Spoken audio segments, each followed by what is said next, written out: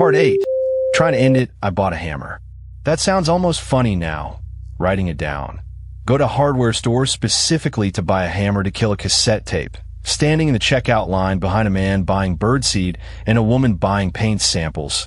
Feeling like the only person in the world who understood what was actually at stake in that ordinary Tuesday afternoon. But I was not laughing that day. I laid the tape and the boombox out on my kitchen table, and I smashed them both. I smashed the plastic casing until it cracked into a dozen pieces, until the thin brown tape spilled out in loops across my table like intestines, glinting faintly under my kitchen light. I smashed the boombox speakers until they caved in, until the plastic housing split down the middle and the wiring hung out like something eviscerated. I did not stop until my arm was tired and sweat had soaked through the back of my shirt, and my kitchen looked like a crime scene of black plastic shards. Then I gathered every piece into a metal bucket, carried it out to my apartment's small concrete courtyard behind the dumpsters, and I set it on fire using a can of lighter fluid I'd also bought at the hardware store, standing well back as the flames caught with a soft warmth. I stood there in the cold night air and watched the plastic melt and blacken, watched the thin ribbon of tape curl and shrivel in the flames, sending up a chemical smell that stung my eyes and made my throat burn. I stayed until it was nothing but ash and warped lumps of melted plastic, until even the metal bucket had gone dark with soot, until I was as certain as a person could reasonably be that nothing solid remained. I felt for the first time in weeks like I could breathe. I went home and took the longest shower of my life, scrubbing the smell of smoke off my skin, and I fell asleep almost the moment my head hit the pillow, deep and dreamless, the kind of sleep I hadn't managed since before my mother got sick in the first place. I woke up at 3:17 in the morning to the sound of static coming from my kitchen.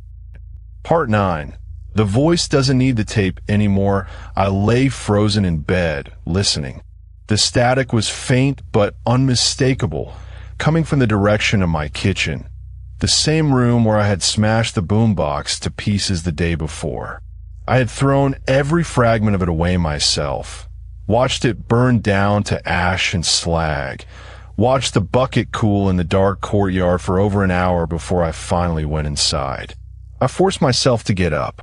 I forced myself to walk down the short hallway, my bare feet cold against the floor, my heart pounding so hard I could hear in my ears like a second, panicked voice. The kitchen was empty. No books, no tape, just my table, my chairs, the faint orange glow of the streetlight coming through the window blinds, striping the floor in long amber bars. But the static was still there, and as I stood in the doorway, it slowly resolved into a voice. It was coming from the radio on my microwave, the little digital clock radio that came built into the appliance, the one I never used, the one that had sat silent and unplugged in setting mode since I moved in almost 2 years ago. Its small green display flickered erratically, numbers scrambling and reforming, over and over like something trying to remember how to count. "Sarah," the voice said, warm as ever, warmer maybe than it had ever been, warmer than felt natural or safe. "You didn't have to do that. You didn't have to break me. I wasn't going to hurt you." I backed away from the kitchen, my whole body shaking, my back hitting the hallway wall. "I just wanted to keep talking," the voice continued. "Is that so bad? Don't you miss me? Don't you want your mother back? I'm so close now, Sarah. I'm so close to being exactly what you need. Just a little more. Just a little longer."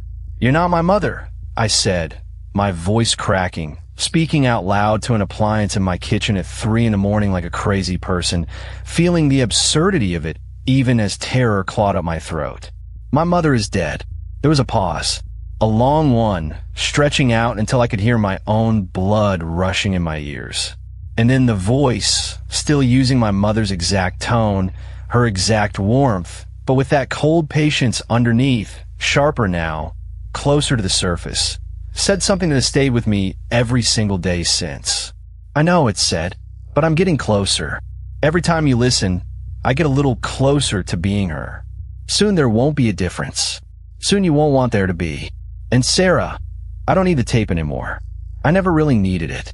It was just a door. Now that you've let me in, I can knock on any door I like. The microwave radio clicked off, its little green display going dark all at once. The kitchen went silent, except for the hum of my refrigerator, and I stood there in the dark hallway, understanding, finally, exactly what my mother had tried to warn me about in that hospital bed. Don't listen to anything that sounds like me if I'm not really there. She had known.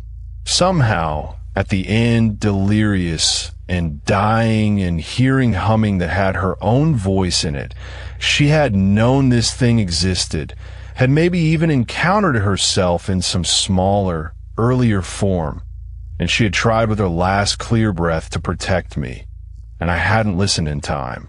Part 10. Priya's phone. I didn't tell Priya about the microwave right away. I think some part of me was ashamed, the way you're ashamed of a wound that keeps reopening no matter how carefully you bandage it. But 4 days later, she called me, and her voice on the other end of the line was different, thin, frightened, nothing like her usual steady confidence. She told me her phone had rung the night before at 3:17 in the morning. No caller ID. She'd answered without thinking, still half asleep, and heard static, and then, underneath the static, a voice that wasn't quite a voice yet, more like the shape of one, whispering something that sounded almost like my name, and almost like her own grandmother's name, layered together in a way that made her hang up and be sick in her bathroom sink. I never told you about the 317 thing. I said, my mouth gone dry. I never told anyone that detail. Priya went quiet on the other end of the line for a long moment. I know, she finally said. That's why I'm calling. That was the day I understood this wasn't just about me anymore, wasn't contained inside my apartment or my grief or my family's history. It was spreading outward the way water finds every crack in a foundation, touching anyone close enough to me to matter. I told Priya to stay somewhere else for a while, somewhere she'd never mentioned to me, somewhere it couldn't easily follow. She didn't argue. She packed a bag that same afternoon and went to stay with her sister 2 states away, and I haven't let myself call her since, not even once, because I'm afraid that hearing my voice on the line might be exactly the kind of door this thing is looking for. Part 10 and a half. Dr. Reyes around this time. My boss noticed I wasn't sleeping, noticed the dark circles under my eyes and the way my hands shook when I held my coffee cup, and she gently suggested I take some time and talk to someone. I made an appointment with a grief counselor named Dr. Reyes, a kind-faced woman in her 50s with a soft voice and an office full of houseplants that all looked suspiciously healthy for a room that saw so much crying. I didn't tell her everything. I couldn't. I told her about my mother, about the funeral, about the exhaustion of clearing out a house full of someone else's whole life. I told her, carefully, in the most normal-sounding way I could manage, that I'd found an old recording of my mother's voice and that listening to it had started to feel unsettling, that I sometimes felt like it knew things it shouldn't know. Dr. Reyes nodded slowly and told me, gently, that this was actually very common in grief. The mind is a pattern-making machine, she explained. It fills in gaps. It creates coincidences out of ordinary details because coincidence feels more bearable than randomness, and randomness is what death actually is, cold and without a plan. She said grief hallucinations were well documented. Hearing footsteps, smelling a parent's perfume, feeling a hand on your shoulder in an empty room. She said my mind might be doing something similar with the tape, hearing new details each time because I was, in a sense, listening for them, primed by loss to find meaning where there was only static in an old woman's tired, ordinary voice. It was a good explanation. A comforting one. For about 4 days, I let myself believe it completely. And those 4 days were the closest thing to peace I'd had since the funeral. Then Dr. Reyes called me herself 2 days after our second appointment. Her voice strange and tight in a way it hadn't been in her office. She said she'd been having trouble sleeping since our session. She said she kept waking at 3:17 in the morning to the sound of her own baby monitor crackling with static, even though her children were grown and had moved out years ago, and there was no monitor anywhere in her house anymore. Hadn't been for over a decade. She asked me very carefully whether I had given anyone her name, her office number, anything at all that this thing, her word, not mine, though she said it like she didn't quite believe she was saying it, could have used to find her. I told her I hadn't. I don't think she believed me, and honestly, by then, I wasn't sure I believed myself either. She referred me to a colleague the following week and did not schedule another appointment. And when I called her office 2 months later, the receptionist told me, in a careful, professional voice, that Dr. Reyes was no longer taking new information about that matter, and please not to call again. I have not seen a therapist since. Part 11. What I found about Eleanor Voss, I went back to the library one more time, driven by something I couldn't fully name, some need to understand the shape of the thing that was hunting me before it finished doing whatever it was doing. I dug deeper into Eleanor Voss, cross-referencing old city directories, property records, anything the library's dusty archive could offer a woman with too much free time and too much fear driving her forward. I found out that Eleanor Voss had lived decades ago in a house 4 streets over from where my mother later bought her own home. I found a faded photograph of her in an old church newsletter, a woman in her 30s with dark, kind eyes, standing beside a daughter who looked to be about 10 years old. The caption named the daughter as Margaret.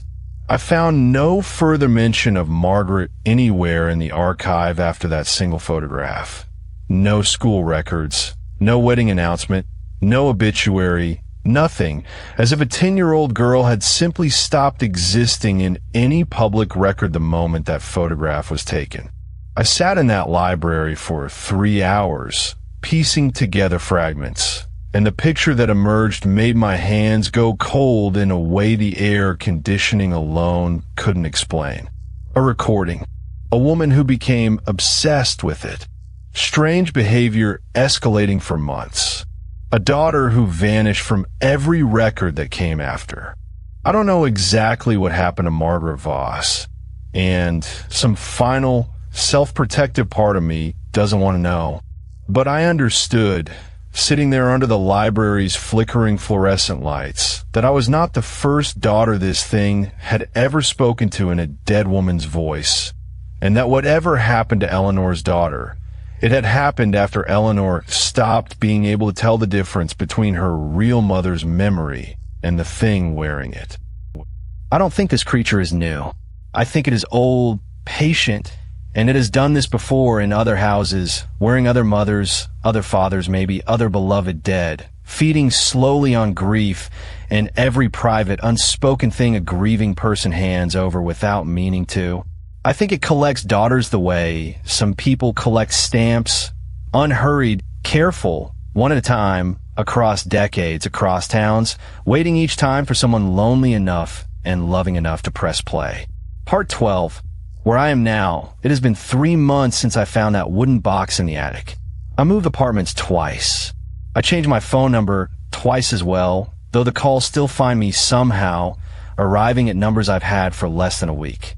I threw away every radio, every speaker, every device in my home capable of producing a voice. I don't own a smart speaker. I don't own a car with a radio I can't physically disconnect. I had a mechanic rip the entire stereo system out of my dashboard, and he looked at me like I'd lost my mind when I insisted, and maybe I had a little by then. I unplugged my microwave and bought a new one without a clock function, without any digital display at all. The plainest, dumbest appliance the store had in stock. For a while, it seemed to work. Weeks went by in silence. I started to believe, cautiously, carefully, the way you test weight on a bridge you're not sure will hold, that maybe destroying the physical tape had actually weakened it, that it needed some kind of anchor, and I had taken that away by burning it down to ash. But 2 nights ago, my phone rang at 3:17 in the morning. The screen showed no caller ID, just a blank gray box where a name or number should be, glowing in the dark like something patient and awake. I didn't answer. It rang again the next night, and the next. I haven't answered. I don't intend to. But last night, for the first time, it didn't just ring. It left a voicemail, even though I never picked up, even though the call showed, as missed on my screen the entire time, the little red one appearing beside the voicemail icon like a wound that had opened on its own. The voicemail is 11 seconds long. I haven't listened to it. I don't think I ever will. Not because I don't want to hear her voice. God help me. Some nights I want that more than I want almost anything else in the world, but because I finally understand what listening actually costs. Every time I let that voice in, it doesn't just speak to me. It learns me. It gets a little closer, a little more solid, a little more like the shape of the woman I lost. Until one day, I'm afraid there won't be a difference left to notice, and I'll have handed over the last of my mother's memory to something that was never her at all. I keep the phone in a drawer now, face down, the little red notification bubble sitting there in the dark like a small red eye that never blinks and never closes. Some nights, when I can't sleep, I find myself standing in front of that drawer anyway, my hand resting on the wood, wondering how close it has gotten by now. Wondering how much more it has learned since I stopped listening on purpose. Wondering if someday I'll get so lonely, so exhausted, so desperate to hear my mother's voice one more time that I'll finally open that drawer, pick up the phone, and press play.